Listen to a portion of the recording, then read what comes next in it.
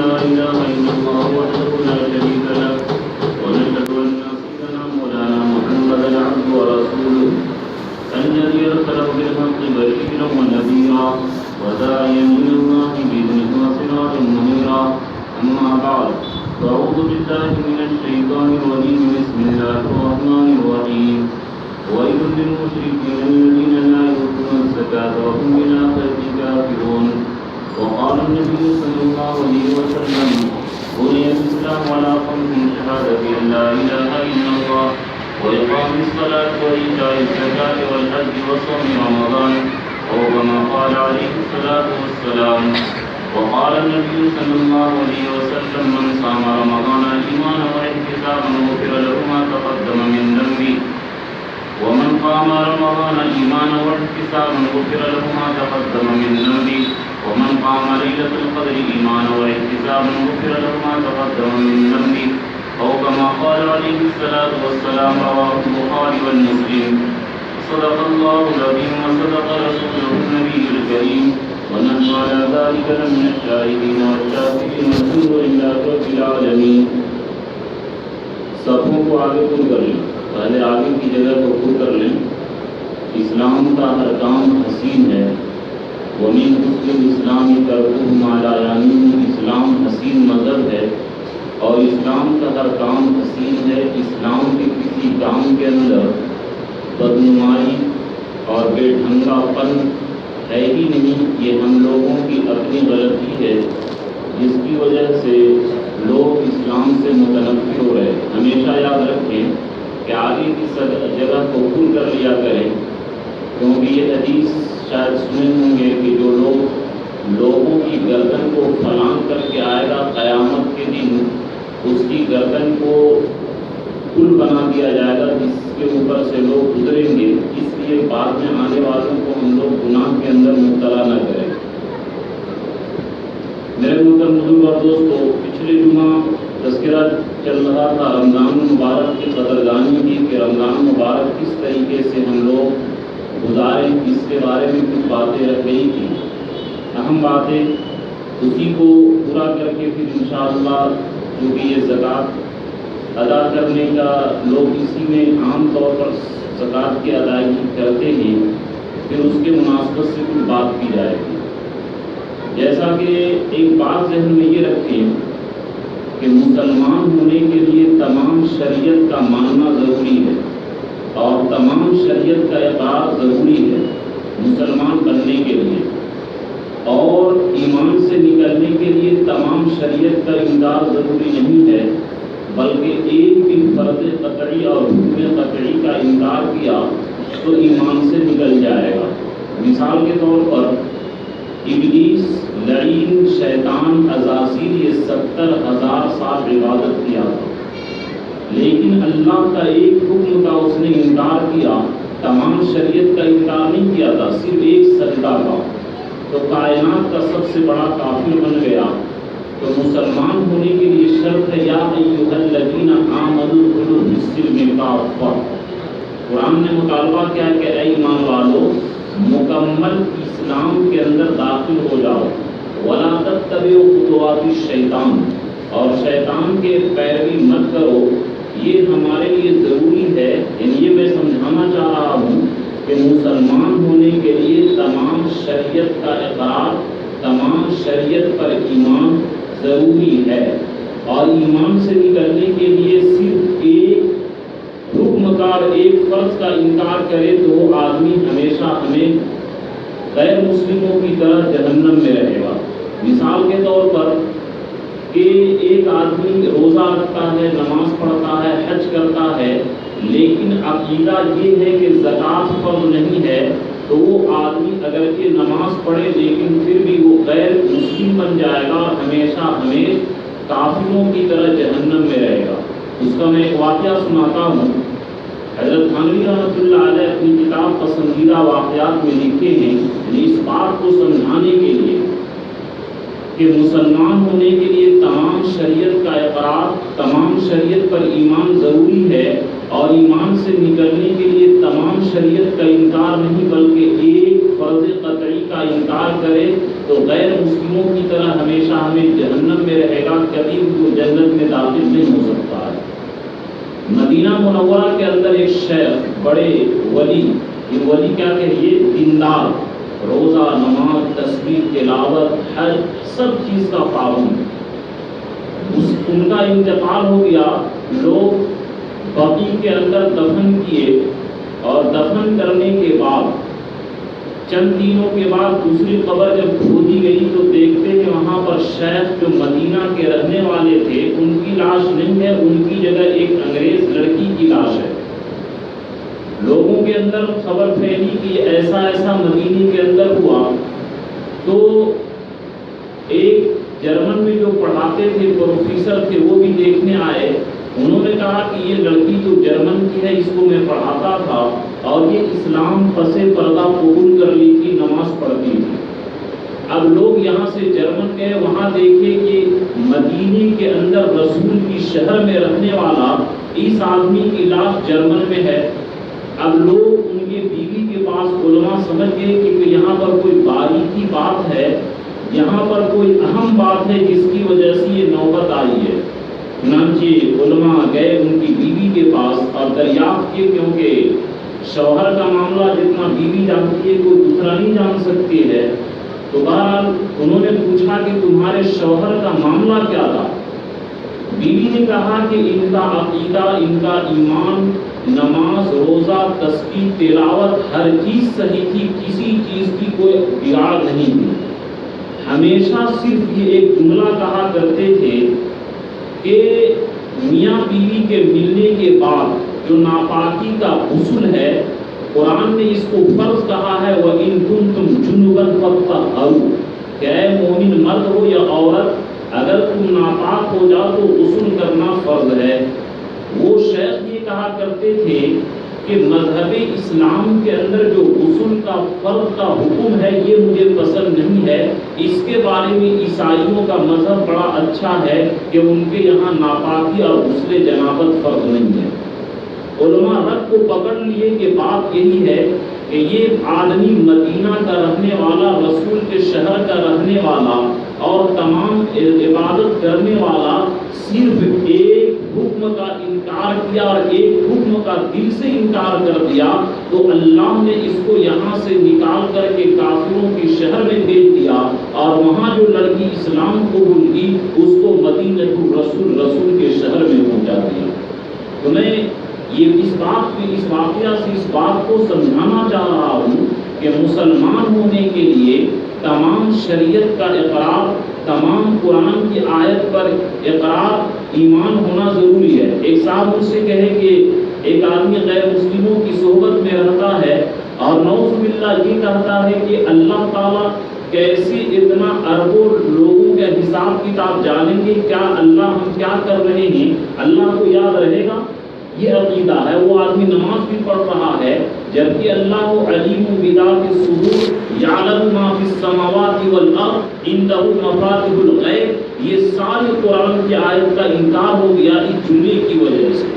اسی لیے قرآن کریم نے کہا یا ایھا الذین آمنوا لا تتخذوا اولیاء من دون المؤمنین، کہ اے ایمان والوں سے دوستی کرو، غیر ایمان والوں سے گہری دوستی اور گہری محبت نہ کرو، کیونکہ حدیث میں وجہ بیان کی گئی ہے الرجل علی دین خلیلہ، کہ آدمی اپنے دوست کے دین پر ہوتا ہے، فلینظر من یخالل بہ، آدمی دیکھے کہ اس کا دین کیسا ہے، عقیدہ کیسا ہے، ایمان کیسا ہے، تاکہ اس کی دوستی کے اثر سے اس کے ایمان پر فرق نہ پڑے۔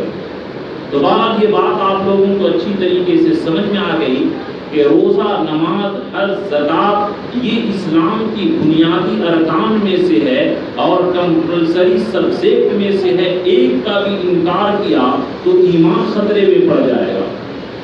تو یہ پچھلے ہفتے بات چلی تھی کہ رمضان کی قدردانی کریں اور رمضان کی صحیح سے قدر کریں۔ اللہ کے نبی یہ بھی فرمائے، بخاری اور مسلم دونوں کے اندر یہ حدیث موجود ہے، من لم يدع قول الزور والعمل به فليس لله حاجة ان يدع طعامه وشرابه، کہ جو آدمی روزہ رکھ کر کے گناہ کا کام اور گناہ کی بات جھوٹ کو نہ چھوڑے، اللہ کو ایسے آدمی کے روزے کو پسند نہیں کرتے۔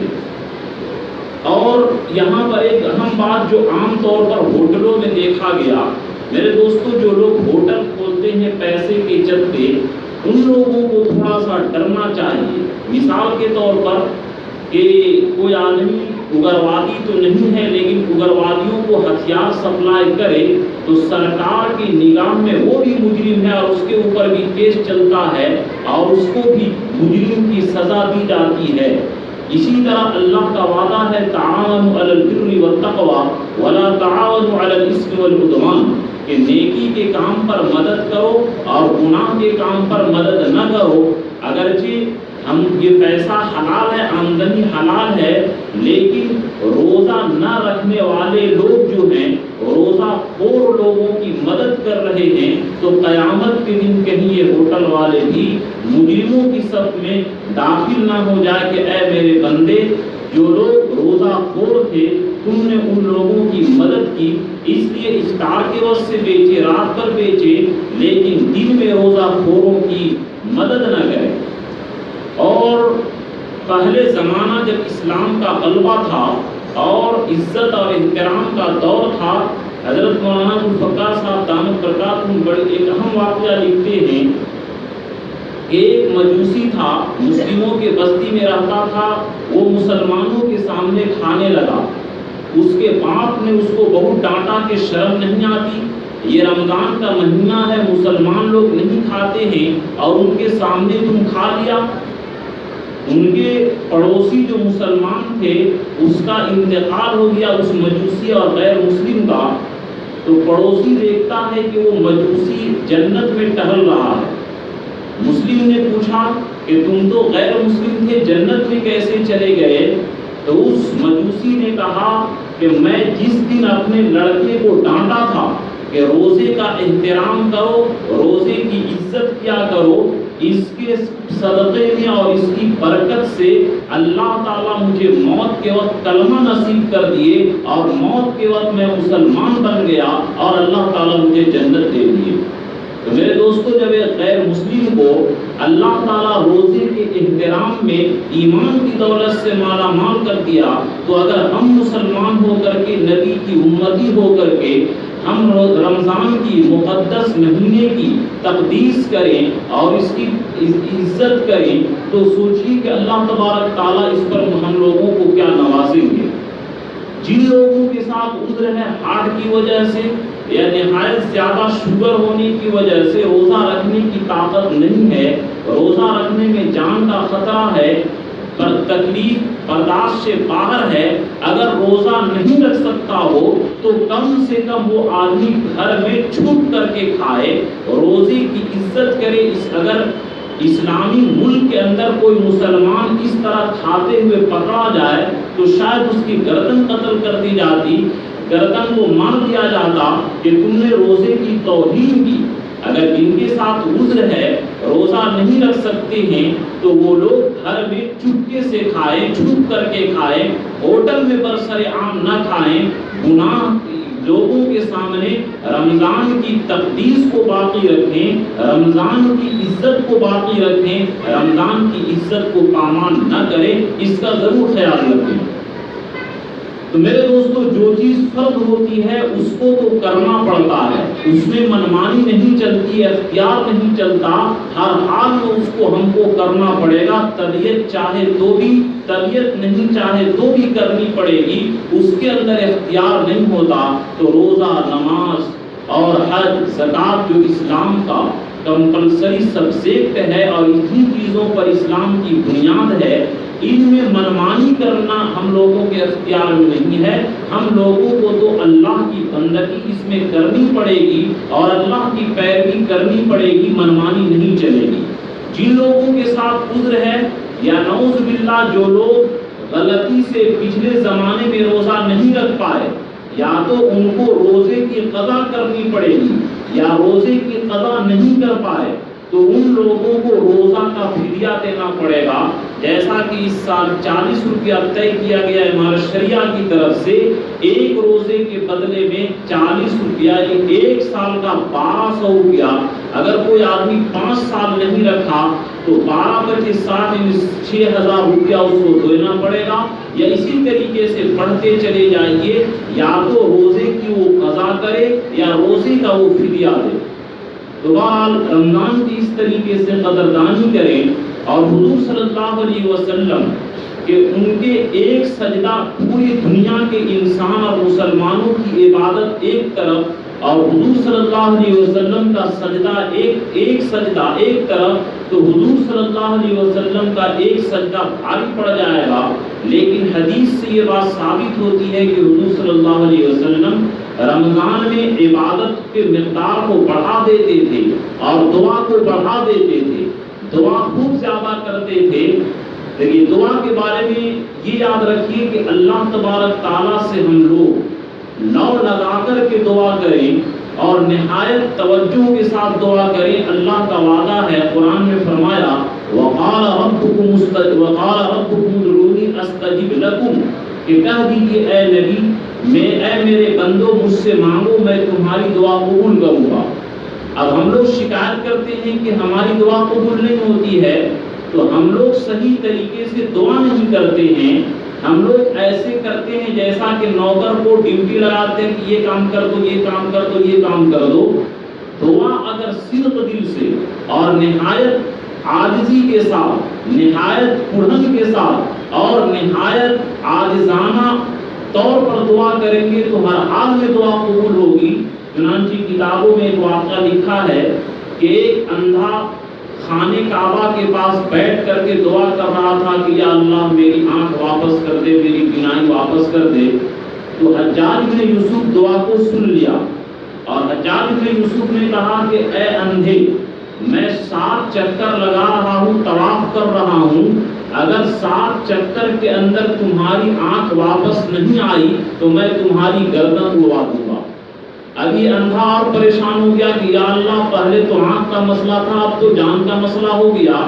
چنانچہ 7 چکر ہونے سے پہلے نہایت توجہ کے ساتھ دعا کیا تو اللہ اس کی آنکھ کو واپس کر دیے۔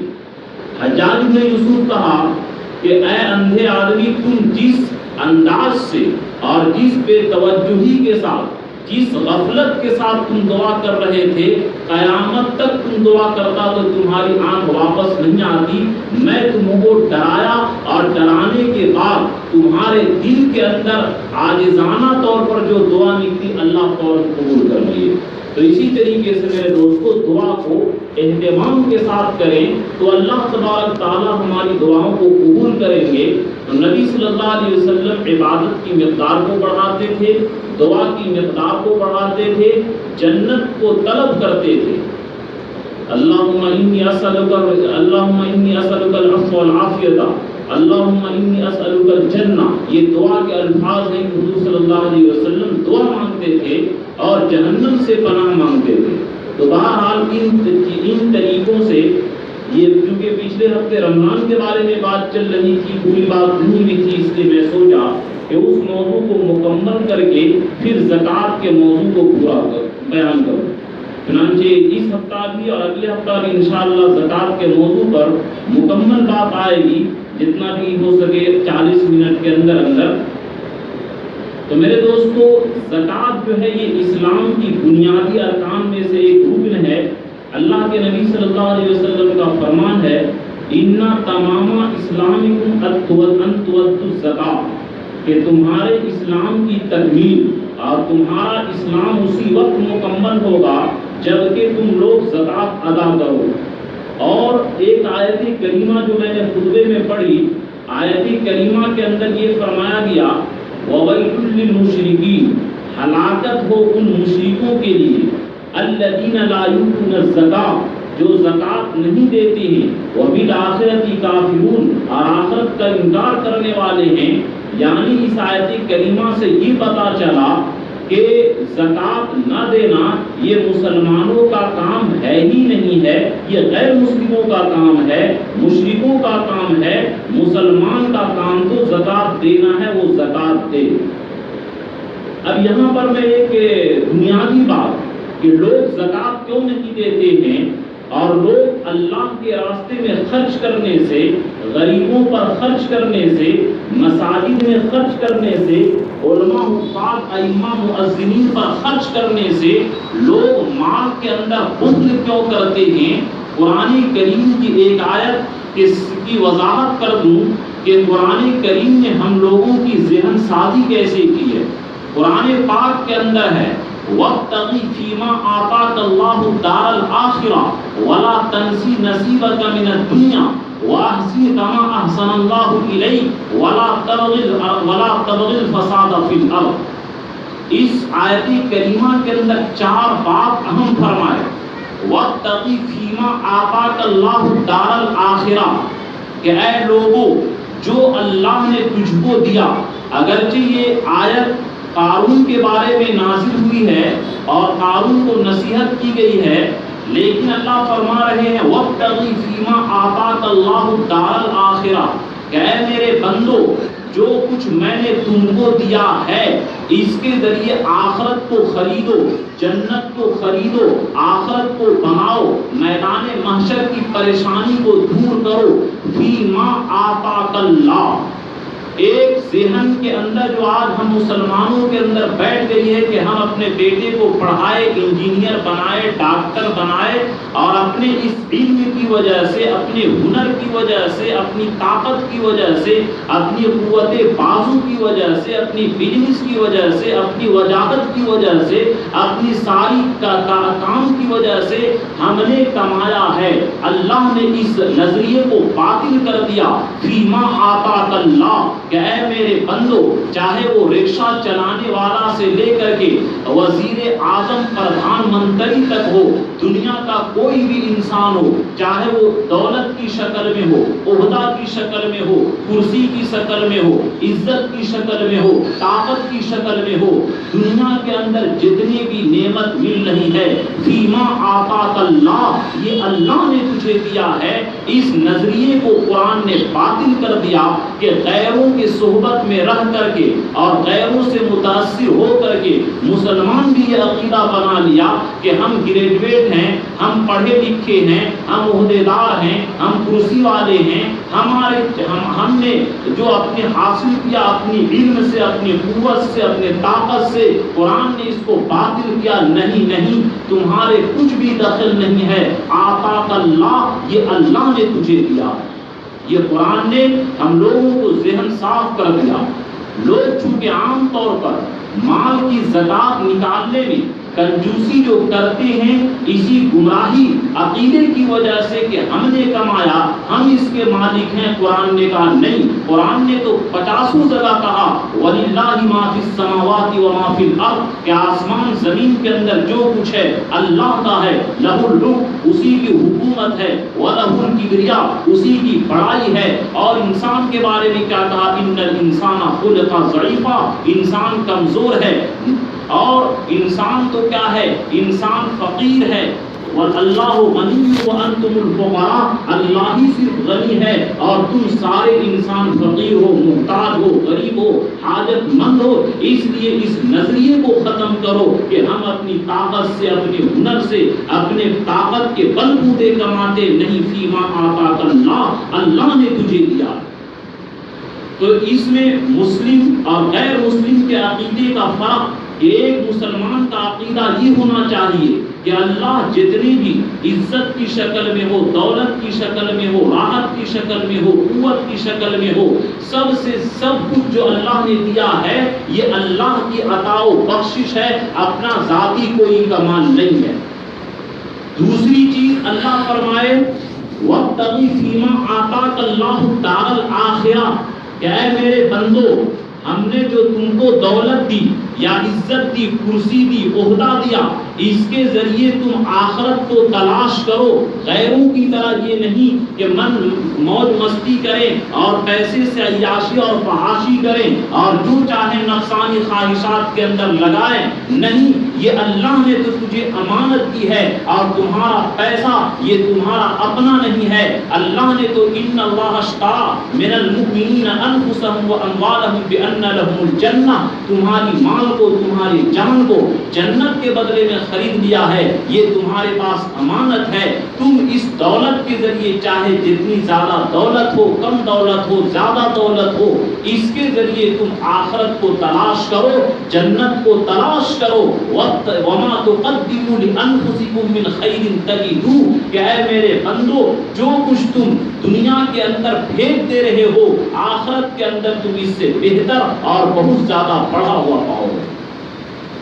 تو دوسری نظریہ کہ غیر مسلم یہ سمجھتے کہ ہم جو چاہے وہ کریں، اور مسلمانوں کا عقیدہ اور مسلمانوں کا نظریہ قرآن نے بیان کیا کہ نہیں، اس دولت کے ذریعے تم دار آخرت کو تلاش کرو.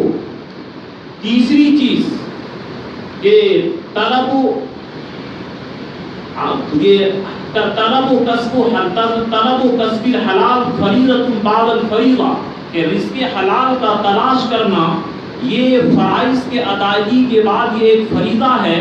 تو مال کے بارے میں ایک تیسرا نظریہ یہ بھی بیان کیا کہ مال کمانے کے اندر بھی اور خرچ کرنے کے اندر بھی تم اللہ کے حکم کے تابع ہو. حرام کمانے سے بھی بچو اور ناجائز خرچ کرنے سے بھی بچو. یہ قرآن نے تیسرا نظریہ مسلمانوں کو دیا.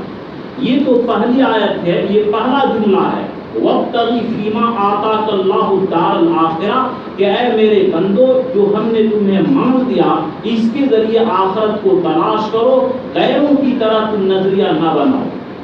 دوسرا حکم وَلَا تَنْسِ نَصِيبَكَ مِنَ الدُّنْيَا، کہ آخرت کو بنانا ہے تو اس کا یہ مطلب نہیں کہ ساری دولت بالکل اللہ کے راستے میں مسجد میں دے دیے. نہیں، تمہارے بیوی بچے ہیں، تمہارے رہنے کے لیے مکان، ضروریات زندگی کے لیے جو ضروری ہے، کہ جس طریقے سے کشتی بغیر پانی کے نہیں چل سکتی ہے، کشتی کے لیے پانی کا ہونا ضروری ہے، لیکن کشتی کے لیے پانی بھلائی اسی وقت ہے جبکہ کشتی پانی کے اوپر ہو، اور اگر پانی کشتی میں چلا جائے تو کشتی کے لیے بربادی ہے. اسی طرح اے لوگوں کہ دنیا کے اندر جو تم رہ رہے ہو اور دنیا کی زندگی گزارنے کے لیے، بیوی بچوں کا حق ادا کرنے کے لیے تم دنیا کو بالکل سب کو خیرات مت کر دو. یہ تو صرف صدیق اکبر کی خصوصیت تھی کہ وہ ساری چیزوں کو دے دیے، اس لیے کہ ان کے پاس پوری دنیا کی دولت ہو تو بھی ان کو اللہ سے وہی محبت رہے گی، اور ایک روپیہ بھی نہ رہے تو ان کا دل پریشان نہیں ہوگا. ان کی بات الگ ہے. لیکن اے لوگوں وَلَا تَنْسِ نَصِيبَكَ مِنَ الدُّنْيَا، دنیا کا حصہ مت بھولو، ضروریات زندگی کو رکھ کر کے بقیہ اسی پیسے سے تم آخرت کو تلاش کرو اور آخرت کو بناؤ. وَأَحْسِنْ كَمَا أَحْسَنَ اللَّهُ إِلَيْكَ، تیسرا حکم یہ دیے کہ اے لوگوں جیسا کہ اللہ نے تیرے ساتھ بھلائی کیا کہ تم کو چاہتا تو اللہ تعالیٰ جس طرح دیگر لوگوں کو کاسے فقیری کا کٹورا لے کر کے روڈ میں اللہ گھما دیتے ہیں، مسجد کے دروازے پر ان کو کھڑا کر دیتے ہیں، اے میرے بندے میں بھی تجھے چاہتا تو تیرے پاس فقیروں کو نہیں بھیجتا بلکہ تجھ کو امیروں کے پاس بھیجتا. وَأَحْسِنْ كَمَا أَحْسَنَ اللَّهُ إِلَيْكَ، اور جیسا کہ اللہ نے تیرے ساتھ بھلائی کیا، احسان کیا، تم بھی لوگوں کے ساتھ بھلائی کرو. یہ اللہ تبارک تعالیٰ ہمیں دعوت دے رہے ہیں، اللہ سمجھا رہے ہیں. قرآن کریم میں بے حد بہت جگہ 50-60 جگہ سے زیادہ من یقرض اللہ قرضا حسنا، کون اللہ کو قرضہ دے گا، واللہ یضاعف لمن یشاء، اللہ دنیا کے اندر بھی بڑھائے گا، آخرت کے اندر بھی بڑھائے گا. شیطان ہمیں ڈراتا ہے، الشیطان یعدکم الفقر، کہ شیطان تم کو غریبی سے ڈراتا ہے. واللہ یعدکم مغفرۃ وفضلا، اور اللہ تم سے اپنی مغفرت اور بڑھوتری کا وعدہ کرتا ہے. تم اللہ کے قول پر ایمان نہیں رکھتے ہو اور شیطان کی بات پر تم یقین رکھتے ہو.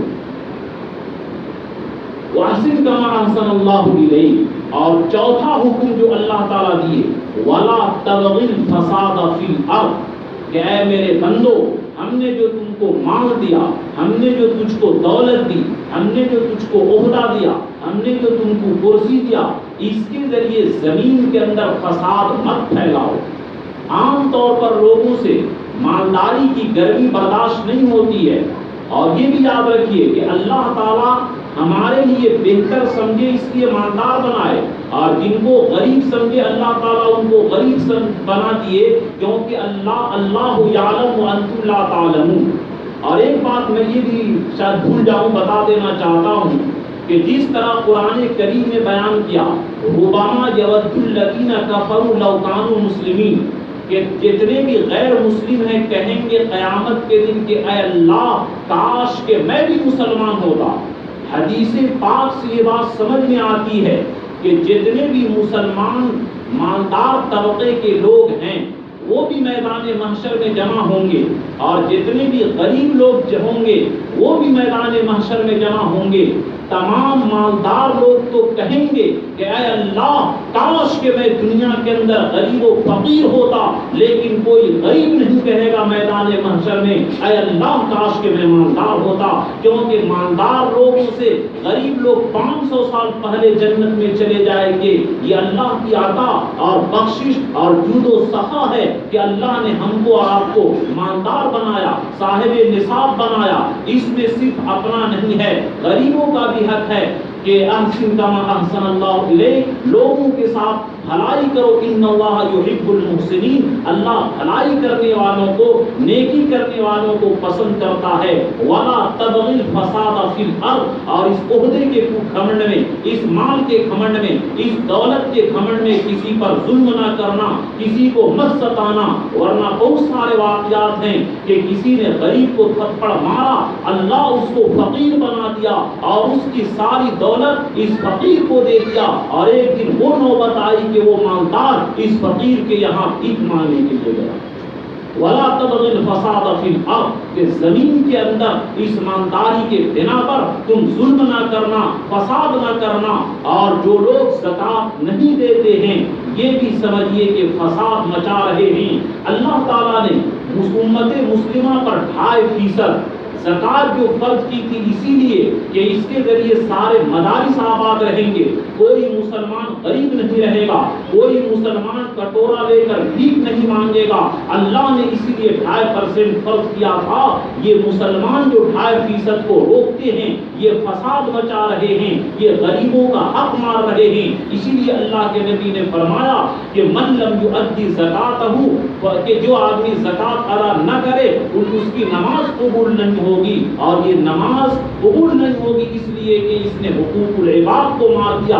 زکات حقوق اللہ بھی ہے اور حقوق العباد بھی ہے۔ اس لیے میرے دوستو اللہ تبارک تعالیٰ نے جو ہمیں حکم دیا ہے کہ مال کے بارے میں ڈریں، عام طور پر لوگوں نے جو ذہن بنا لیا کہ ہم مالک ہیں پیسے کے، قرآن کریم کی اس آیت کریمہ نے جو 4 حکم بیان کیا، میں نے اپنی زبان میں اور اپنے سمجھ کے مطابق، اپنے علم کے مطابق، اپنی حساب کے مطابق آپ کو سمجھانے کی کوشش کی کہ یہ ذہن سے ہم لوگ نکال دیں یہ مال ہمارا نہیں، وَلِلَّهِ مِيرَاثُ السَّمَاوَاتِ وَالْأَرْضِ، کہ آسمان اور زمین کی جتنی میراث ہے سب اللہ کے لیے ہے۔ میراث کا لفظ کہا کہ جس طرح باپ مرتا ہے خود بخود بیٹا مالک ہوتا حقیقی، اسی طرح حقیقی مالک آسمان اور زمین اور کائنات کا صرف اور صرف رب العالمین ہے، اور تم کو تو یہ صرف استعمال کے لیے دیا گیا ہے، یہ امتحان ہے۔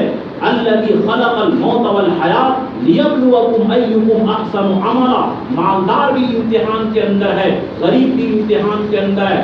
مالدار کو امتحان کا پیپر جو دیا گیا وہ شکر کا کہ یہ شکر ادا کرتا ہے یا نہیں، اور غریب کو امتحان کا جو پیپر ملا ان کو صبر کا کہ یہ صبر کرتا ہے یا نہیں۔ یہ تو امتحان ہے۔ اگر اس امتحان کے اندر ہم لوگ صحیح طور پر کھڑے اترتے ہیں تو اللہ تبارک تعالیٰ نے جو ہمیں خوشخبری دی ہے، الذین، یہ کہ جو لوگ الذین اقاموا الصلاۃ وآتوا الزکاۃ لا خوف علیہم ولا هم يحزنون، کہ جو نماز قائم ایمان لائے، نماز قائم کرے، زکات دے، نہ ان کو کوئی خوف ہوگا نہ ان کو کوئی غم ہوگا۔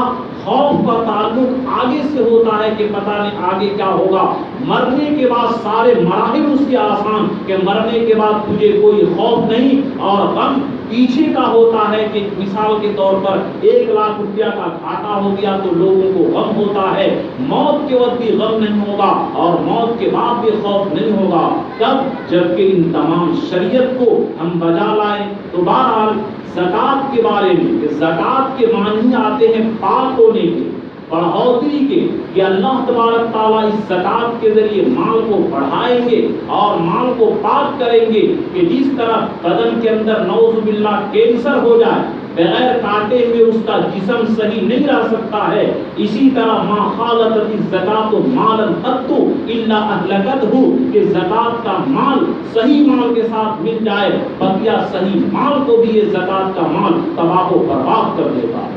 تو بہرحال یہ چند باتیں کہ جو میں نے سمجھایا کہ مسلمان ہونے کے لیے شرط یہ ہے کہ تمام شریعت کی باتوں کا اقرار کرے، ایمان کرے۔ مسلمان ہونے کے لیے تو ضروری ہے، اور غیر مسلم بننے کے لیے تمام شریعت کا انکار نہیں، ایک فرض قطعی کا انکار کر دے اس کے ایمان کے لیے وہی غارت کرنے کے لیے کافی ہے۔ تو بہرحال روزہ کے بارے میں نے جو 2 ہفتہ میں اور زکوٰۃ کے بارے میں کچھ باتیں عرض کی، اللہ ہم سبوں کو تمام احکام اسلام کی پابندی کی توفیق عطا فرمائے اور رضا والے کام کرنے کی توفیق عطا فرمائے۔ آمین۔ وآخر دعوانا الحمدللہ۔